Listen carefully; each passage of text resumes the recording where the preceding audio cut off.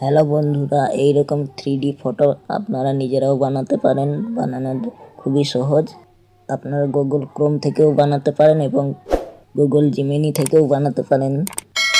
তো কিভাবে বানাতে হয় সেটা আজকে দেখাবো। তো চলুন শুরু করা যাক।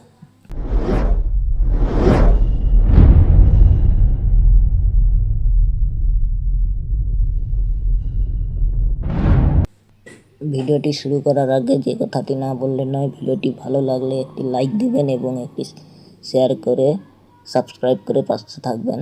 তো চলুন শুরু করা যাক। আমি গুগল জিমিনি থেকে বানিয়ে দেখাচ্ছি।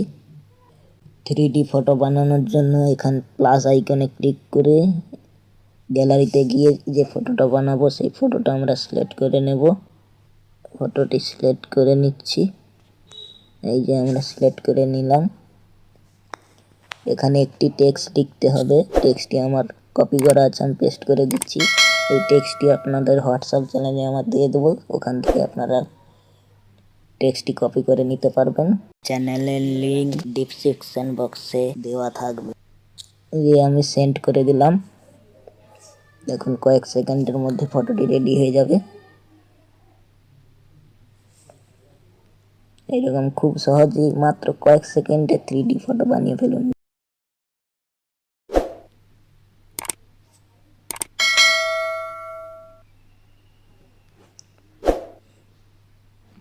দেখুন আমাদের ফটোটি রেডি হয়ে গেছে। এবার ফটোটিতে ক্লিক করে এই যে ডাউনলোড অপশানটি আছে, এখানে ক্লিক করে ডাউনলোড করে নেব।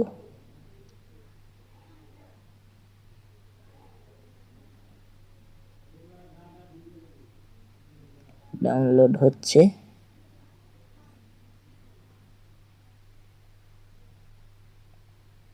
এই যে ওপেন অপশানে ক্লিক করে ওপেন করে দেখে নেব।